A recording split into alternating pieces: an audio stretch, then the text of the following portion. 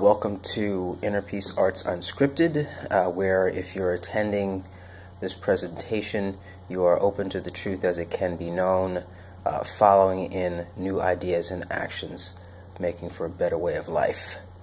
I'm James Coleman, Inner Peace Artist. You can, what does that mean? Writer, speaker, coach on personal development, spirituality, social change. The interaction between the three of those is really important. Today I'm going to talk about what's not happening in the education process and getting more specific and into more details, and is actually leading to the kinds of products that are needed to be created and that I will be creating, and you're watching happening, the whole kind of how it's coming about, how the ideas are flowing in and being made manifest. So, I think about STEM, science, technology, engineering, and mathematics. And the problem is science, technology, engineering, and mathematics are all servants to religion, right? You guys know or if you don't know, the basic, there's religion and technology itself is used based upon religious principles, meaning that it's just because somebody wants it, right? There doesn't have to be any reason, rhyme, or whatever. I mean, once I have a gun, right, to take an easy one, I can do anything I want with that gun. Right? Guns don't kill people, people kill people. Of course, people need access to guns to kill people with a gun, right? Okay, we get that. But, this technology is used and driven, its use is driven by religion. I think it's hard to argue with that. So, science, technology, engineering, and mathematics are all technologies, which means they're being controlled by a religious group of people. One of the ways to break up religion is to train in psychological training in terms of self-empowerment, in terms of human development, in terms of how cultures are structured, etc. None of that training is provided at the lower levels. Not, I would say, almost none. And so my idea is to really take the basic philosophy questions.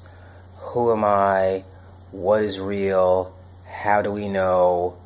Etc. And have a curriculum for kids to understand these things and see how it applies to their lives, and make it clear throughout the entirety of their education process that this is going on.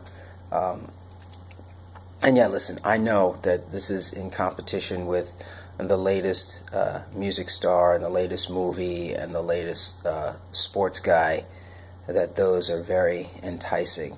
But nonetheless, this is going to be a process in this unlocking and maintaining it, at least making it easier for younger people to be unlocked. And of course, older people can go through it too, because there's no reason why an older person, older I mean out of third grade, right, can't go through third grade material and be benefited. So that's the basic idea.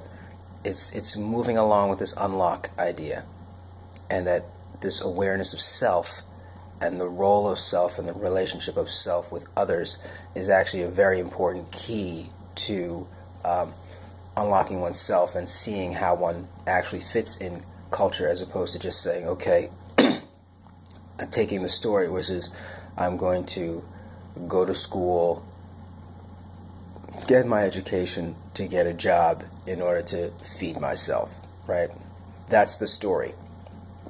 That's the story we're all sold. That's the story that people believe. That's the story that people have bought into.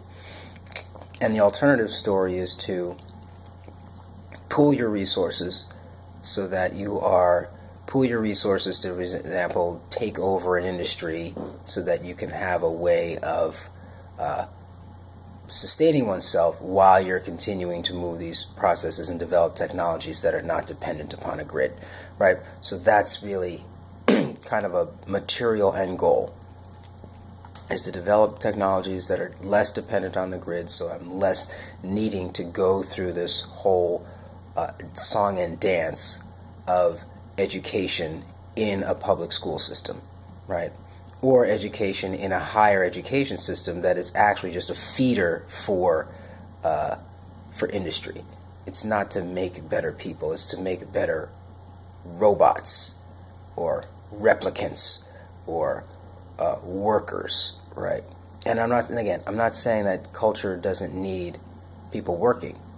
I'm saying what's the nature of the path toward that work, and what's the nature of the relationship between the worker and the work, right?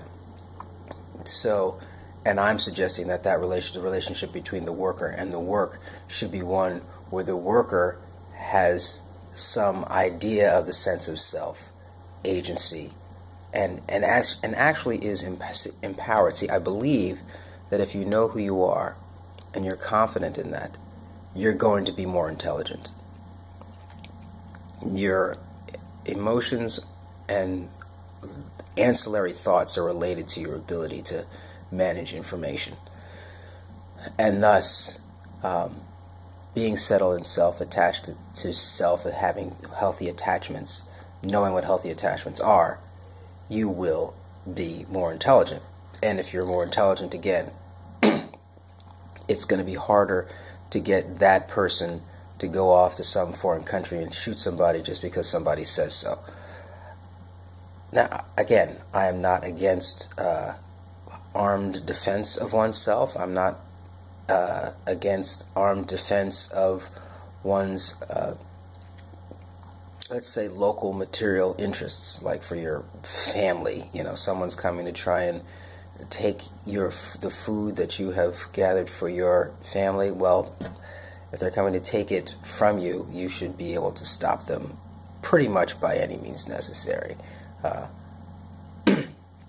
But that being said, we know that most of the wars are frivolous and not intended to help the drug addict on the street. It's actually intended to keep the drug addict on the street.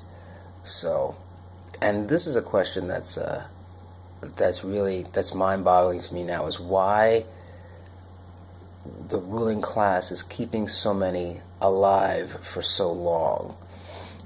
I'm wondering about that, and whether or not they actually have the capacity to create this minimal world that would actually suit them better.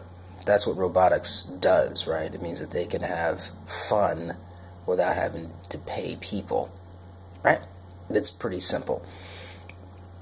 So, this is all related to unlocking, right? Because if, again, pool your resources, get it done. And now I'm suggesting some details into what that pooling means. That pooling means lessons in self-development, awareness, lessons in who I am, what's real, how do I know? Who am I? What is real? How do I know? Those are the three basic questions that I think need to have lessons throughout a person's life, repeated over and over and over and over again. Because if you know how you know, right, and if you know what's real, and if you know who you are, that's pretty much going to be a pretty good indicator of your awareness of agency. Is it everything? I don't think it's everything, but I think it's a really good start, and it's certainly something whereby meaningful curriculum and set of lesson plans could be developed. Who am I? What is real? How do you know? I like it, and you've heard it first here on Inner Peace Arts Unscripted. I have a blog. Check out the blog. Sign up for the YouTube channel. Email me, innerpeacearts@wordpress.com. No, that's the blog. Email me at innerpeacearts@protonmail.com. Yavarechecha Adonai ve'yishmerecha, Ya'er Adonai panav elecha v'chuneka, Yisa Adonai panav elecha ve'asem lecha shalom. Thanks be to Stream. In distinction, thanks be to Stream. In Stream. By Stream. Take care.